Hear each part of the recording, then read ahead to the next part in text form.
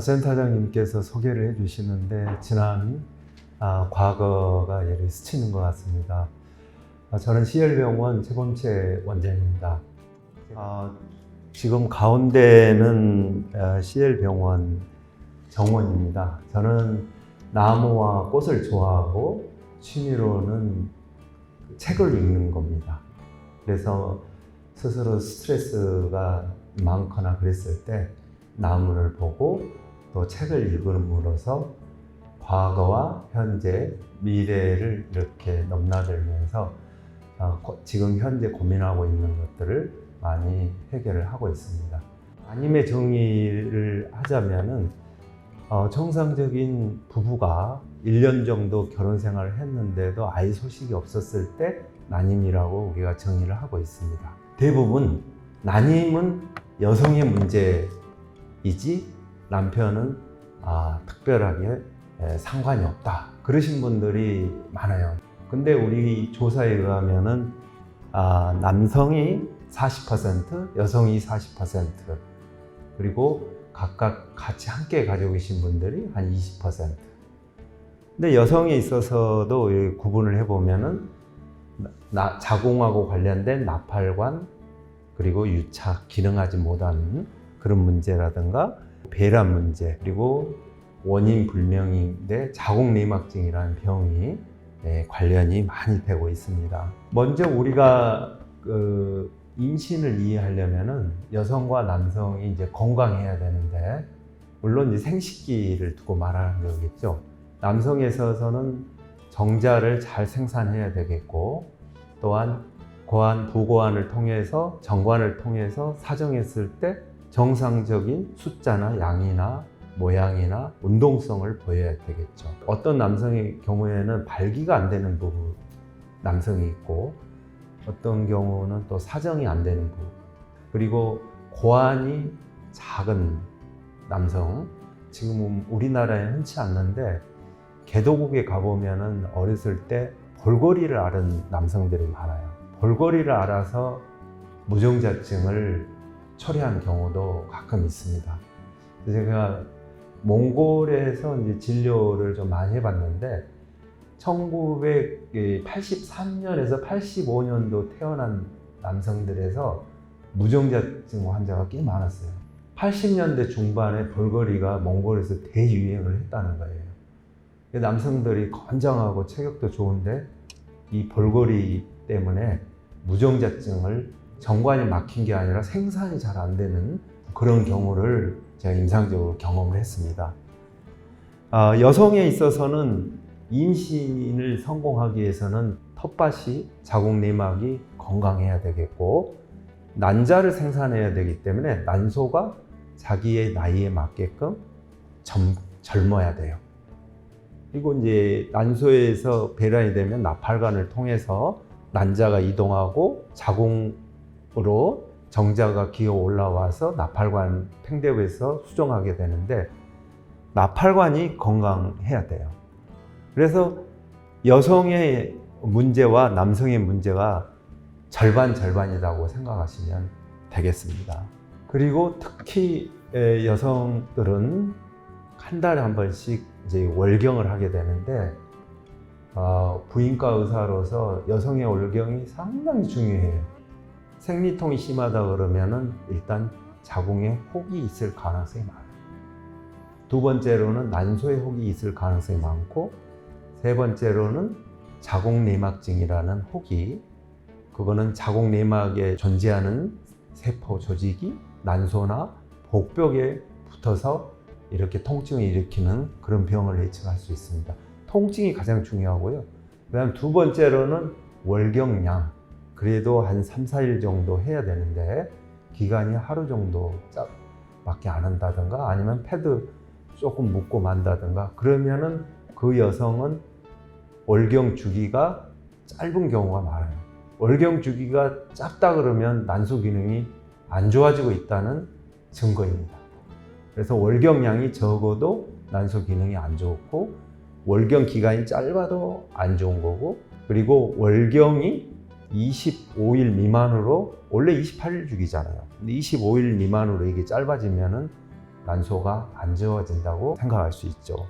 그래서 임신하게 되면은 배란을 하기 위해서 난소에서 난포를 키우면서 난자에서 분비되는 호르몬으로 자궁 내막을 잘 형성을 해서 배란기에 정자를 만나서 수정이 이루어지면 자궁에 착상을 하게 됩니다. 그래서 월경하고 관련된 거는 난소와 자궁 내막 그리고 호르몬 삼위일체가 잘 하모니를 이루어야지 건강한 임신을 할 수 있겠습니다.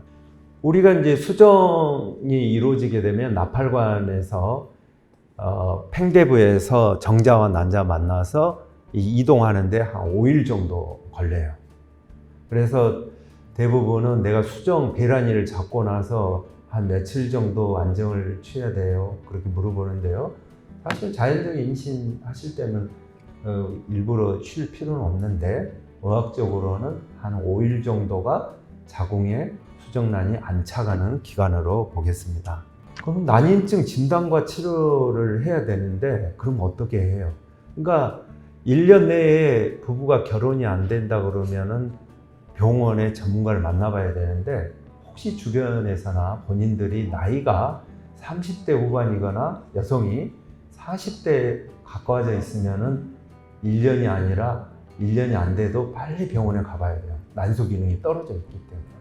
그래서 병원에 가게 되면 대부분 문진을 하고 초음파를 보고 자궁이 난소가 어떤가 이렇게 검사를 하고 월경이 시작하면 2, 3일째 호르몬 검사를 하고 그 다음에 월경이 끝나면 나팔관 검사도 하고 배란이 가까워서 초음파로 배란일도 잡아주고 그리고 남성이 대부분은 이제 부부가 오면은 남편은 주차장에 앉아 계세요. 그럼 저는 꼭 들어오시라고 그래요. 아내하고 남편하고 저하고 같이 팀워크를 이루어야지 빨리 좋은 소식을 얻을 수 있습니다. 그렇게 말씀을 드려서 남편을 설득을 하게 되죠. 그래서 우리 여성 환자분들이 되게 좋아해요. 남편을 챙겨주니까. 그래서 남편도 이제 그렇게 좋은 이야기를 하다가 정액검사를 한번 해보시죠. 정액검사는 3, 4일 정도 금욕을 하고 오셔야 돼요. 어제 부부관계 했는데 오늘 할 수는 없죠. 이제 남편이 정액검사에서 만약 이상이 있으면은 호르몬 검사도 해보고 고환이 혹시 작은가 그것도 보고 부부의 성생활에 대해서도 좀 자세히 이야기를 하고 근데 이제 우리가 난임이라 그러면은 무조건 인공수정 시험관하기로 승부를 보려고 하는데 어떻게 되다 보니까 우리나라에 이제 난임센터가 좀 많고 작은 클리닉들이 많다 보니까 먼저도 보여드렸다시피 나팔관이 좀 이상이 있는 경우에 있어서는 그거를 수술적으로 해결할 수 있는 노력을 해야 돼요. 제가 처음 난임에 입문했을 때 90년대 초반에는 나팔관이 막혀 있거나 난관 수정이나 유착이 있었다 그러면 대부분은 우리가 수술을 먼저 하고 교정하고 그래도 안 됐을 때 시험관하기로 넘어갔어요. 물론 나이가 많으신 분들은 자연적으로 수술하고 나서 자연적 노력하다가 시험관에 병행도 할 수가 있는데 근데 최근에는 우리가 너무 바삐 살다 보니까 문제가 있어도 그 문제에 대해서 해결하려는 노력을 하지 않고 가장 센 치료를 시험관하기를 이렇게 하겠다고 이렇게 오는 경우가 많아요. 그래서 제가 많이 설득을 해서 우리 난임 의사로서 가장 영광스러운 거는 환자의 원인 진단을 해서 원인에 대한 정확한 치료를 해서 자연적으로 부부가 임신 성공했을 때 그걸 최고로 칩니다. 그래서 그래도 안 됐을 때 인공수정이나 시험관하기를 생각하는 거예요. 근데 지금은 이게 거꾸로 돼가지고 몇 년 안 됐다면 무조건 시험관하기 이렇게 가는 경우가 좀 많은 것 같아요. 그러니까 과거보다는 지금은 좀 많이 바뀐 것 같아요. 정액 검사를 하게 되면은 대부분 이제 정액을 받아주시면은 정액량이 한 20 이상인가, 밀리리터당 1,500만에서 2,000만 마리 이상인가, 운동성이 40% 이상인가, 기형정자가 검사에서 아주 건강한 거가 4% 이상 정도 분포하는가, 그거를 우리가 정액검사를 해서 보고 있습니다. 정액검사를 하고 우리가 인공수정하는데, 인공수정하고 시험관하기 차이는, 인공수정은 나팔관이 정상이었을 때 할 수 있는 거예요. 나팔관이 정상이었을 때 정액을 받아서 최적의 상태의 정액을 소량을 얻어서 자궁 안에다가 주입해 주는 것을 인공수정이라고 합니다. 그래서 인공수정이 임신 성공률이 몇 %냐고 제가 그걸 잘 말씀드려요. 15에서 20%라고 말씀드리는데, 대부분 인공수정 한번 하고 안 돼가지고 이렇게 부부 얼굴을 보면 엄청 실망해 있는 얼굴이에요. 그래서 처음에 제가 10에서 25%라고 했는데 용기 내셔야죠 그랬는데, 본인들은 될 줄 알았다. 10명 중에서 한두 명이 내가 낄 줄 알았는데 안 되니까 그러게 되게 실망을 하세요. 그래서 이제 인공수정을 10 내지 20%라고 그러는데, 생각은 그렇게 듣고 한 80% 될 줄 알고 생각하신 분들이 더러 있더라고요. 근데 이제 시험관하기 경우에는 나팔관이 막혀 있거나 나팔관이 뚫려 있다 그래도 난소 기능이 안 좋거나, 아니면 난소 기능이 다 좋은데 남편의 정자가 정상적으로 임신할 수 없었을 때 시험관하기를 드디어 이제 입문하게 됩니다. 시험관하기는 저희가 이제 연령에 따라 틀리는데, 우리 병원의 이제 평균 임신 성공률은 몇 %입니까? 그러면 저희가 한 45에서 50% 착상률을 보이고 있습니다. 시험관하기 하면 초죽음이 된다대요. 그렇게 또 이야기하신 분이 있어요. 시험관하기 과정은 난자를 많이 키우는 과배랑 과정과 또 마취해서 난자를 채취하고 그 다음에 이식하는 과정이 있는데, 난자가 너무 많이 자라서 복수가 차는 난소 과자극 증후군이라는 증세가 올 수도 있습니다. 요즘에는 거의 예방을 미리 할 수가 있습니다. 우리가 약제를 바꾸거나 아니면 수정란을 보관해서 다음 주기에 사용할 수 있기 때문에 과거처럼 복수가 많이 차고 그러는 일은 흔하지 않습니다. 그리고 난자 채취할 때 이제 정식적으로 마취를 충분히 해서 난자 채취를 하기 때문에 사실 채취 과정을 잘 기억하고 계신 분들이 많지 않습니다. 이제 더러는 이제 국소 마취를 해서 이제 통증을 이렇게 느끼기도 하고 그런 경우가 있는데, 전혀 아픈 시술이 아닙니다. 그래서 시험관하기 과정에서 요즘 테크놀로지가 어마어마하게 발달했는데, 정자가 안 좋으신 분들을 우리가 한 6,000배에서 10,000배 확대 현미경으로 정자에서 제일 좋은 모양의 정자를 선별할 수 있는 고배율 특수 현미경을 사용하기도 하고, 요즘은 이제 수정란도 과거에는 이제 캐비넷 같은 데다가 배양기에다가 수정란을 배양해서 관찰하고 끄집어내서 현미경에다 놓고 관찰하고 그랬는데, 요즘은 어느 정도냐면은 배양기에가 CC 카메라가 달려 있어요. 그래서 밖에서 다 봐요. 수정란이 자라는 과정을 과거에는 마지막 날 이게 좋네요, 최상급이다 그렇게 이야기했는데, 요즘은 이 청문회 하듯이 수정란을 첫날, 둘째 날, 셋째 날 이렇게 갑자기 이쁜 모양으로 있나 그런 수정란을 추적을 할 수가 있어요. 그러니까 어마어마하죠. 그래서 이 수정란은 이틀째에 이식을 해야 되겠다, 3일째 이식해야 되겠다, 4일째 이식해야 되겠다. 물론 마지막 수정란이 좋았지만 이 수정란은 비정상적으로 갈 가능성이 있다. 그런 것까지 우리가 이제 판정을 하는 태아 관찰경이라는 기계가 있습니다.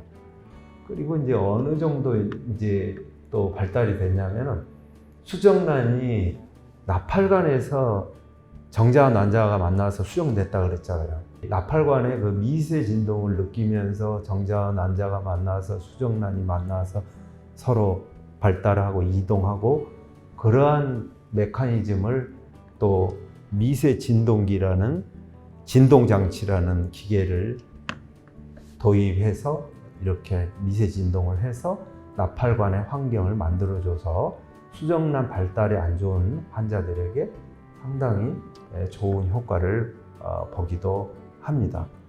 그리고 이제 수정란을 어떤 경우에는 수정란이 예쁜데 이것만 좀 없었으면 좋겠다 이런 파편이 많거나 그런 경우가 있어요. 등급이 떨어집니다. 근데 요즘은 레이저 기기가 있어가지고 수정란에다가 구멍을 뚫어가지고 그거를 미세 파이펫으로 파편을 제거해주는 수정란을 또 성형수술을 또 해줘요. 그리고 이제 수정란이 잘 착상하게끔 수정란을 싸고 있는 투명대를 얇게 해서 자궁 내막에 잘 신호를 받아서 유착하게 하는 레이저 보조 부하술도 있겠고, 요즘은 태아 악교술이라 그래가지고 그 하이루선이라는 그 특수 용액이 들어있는 배양액에 수정란을 이렇게 배양을 해서 그 수정란을 자궁에다 넣어주면은 착상이 아주 안 되던 사람들한테 잘 돼요. 그래서 이제 그 수정란을 만드는 거, 발달시키는 거, 착상시키는 거에 테크놀로지가 다 도입이 되고 있어요. 이런 거를 제가 좀 더 자세하게 보여드릴게요. 90년대에 의사 난임을 참 입문해가지고 할 때는 정자가 500만 마리 미만인 사람 무정자증이라고 그랬어요. 지금은 한 마리만 있어도 이렇게 미세 조작술을 해서 파이펫에다가 정자 한 마리를 얻어서 난자에다 찔러서 수정을 시키는 미세 세포질내 정자 주입술이라는 거가 탄생했어요. 우리 지긋하신 분이 오셨더라고요. 정말 사회적으로 성공하고 동생들도 다 교육시키고 내가 남부를 거 없는데 무정자증으로 이렇게 고생했는데, 원장님은 뭐 뉴스에서 나와서 뭐 정자 한두 마리 있어도 임신시킬 수 있다는 이야기 듣고 희망을 갖고 왔습니다. 근데 나이가 52이신데 오셨더라고요.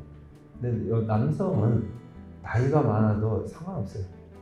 영화배우 안소영 키인이 80에 또 아이를 낳았잖아요. 근데 여성이 문제예요.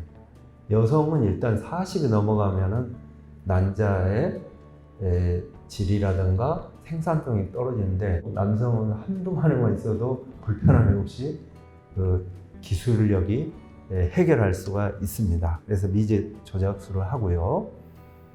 그리고 이제 수정란을 아까 말씀을 먼저 드렸지만은 이게 수정란 발달을 하루가 지나서 수정을 확인하고 그 이틀째에 세포가 4개로 이렇게 분화되고 3일째에 8개가 되고 5일째에 그 활구 세포가 셀 수 없을 정도 분화해서 이렇게 이제 분화가 됩니다. 많은 분들이 물어보세요. 원장님, 저 그 수정란을 장기 배양하고 5일 배양까지 해서 넣고 싶어요.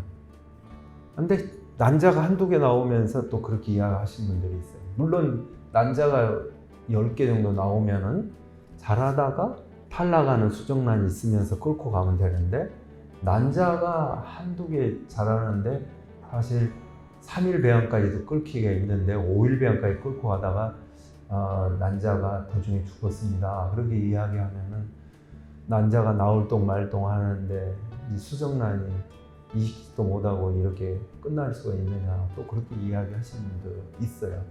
물론 이제 5일 배양하면은 선별이 정확하게는 하는데, 우리가 알지 못하는 수정란이 3일 배양에서도 임신될 수 있는 거가 있기 때문에 먼저 말씀드린 태아 관찰 배양을 통해서 3일 배양에서 승부할 건지 5일 배양으로 끌 수 있겠는지, 그걸 요즘은 더 과학적으로 객관적으로 이제 판단을 하고 있습니다.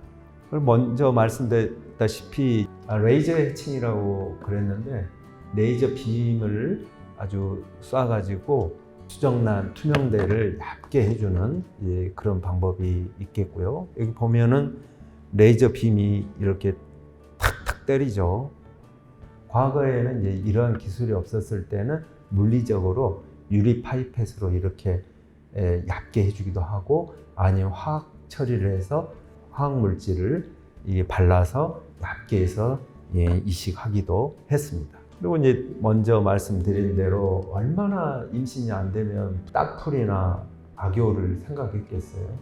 그거는 우리 의사들이 생각하기 전에 우리 고객들, 환자들이 그런 이야기를 했어요. 근데 한 20년 지나니까 이게 태아 악요술이라는 게 나타나가지고 배양액이 특수하게 이렇게 조성을 해서 착상에 유리하게끔 그런 상황까지 만들었습니다. 지금 국가 지침은 35세를 기준으로 해서 3일 배양했을 때는 2개 정도, 한두 개 넣고, 5일 배양은 35세 미만은 하나 넣고, 35세가 넘으면은 2개까지 인정을 해주고, 3일 배양했을 때는 3개까지 또 인정해주는 지침을 국가생명윤리위원회에서 이렇게 만들었습니다.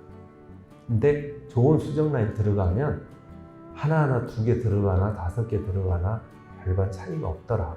이제 그런 우리가 연구 결과가 나와서 최근에는 안정되게 하기 때문에 쌍태아도 방지도 많이 하고 그렇습니다. 근데 이상하게 2개 넣었는데도 꼭 붙는 경우가 있어요.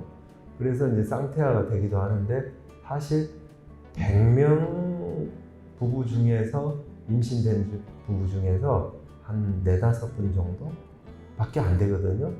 그래서 쌍둥이 시험관하게 오면 거의 다 쌍둥이 된다는데 그렇게 말씀하시는데, 고박이 거기다 10을 하면은 쌍둥이 아닌 단태아를 성공한 케이스다, 그렇게 생각하시면 돼요. 쌍생아가 그렇게 높지는 않습니다. 그리고 이제 수정란이 남으면은 수정란을 냉동해서 나중에 필요할 때 해동해서 써요. 그래서 우리가 초급속으로 이제 그 수정란을 냉동하는 기술을 가지고 있는데, 이거는 이제 국가에서 5년 정도 보관 시한을 두고 있어요. 물론 이제 병원마다 1년마다 연장을 하는데, 저는 개인적으로 이제 5년의 기한을 준 거에 대해서 조금 그 현실에 맞지 않다, 그런 생각을 많이 해요. 국가에는 자동 폐기하라고 그러는데, 그 각각 가정 환경 수준도 틀리고 아이를 갖고자 하는 시기도 틀리고, 근데 건강 상태도 다를 수도 있고요. 근데 그걸 5년이라는 기한을 강제한다는 거에 대해서는 저는 좀 동의하기가 힘들어요.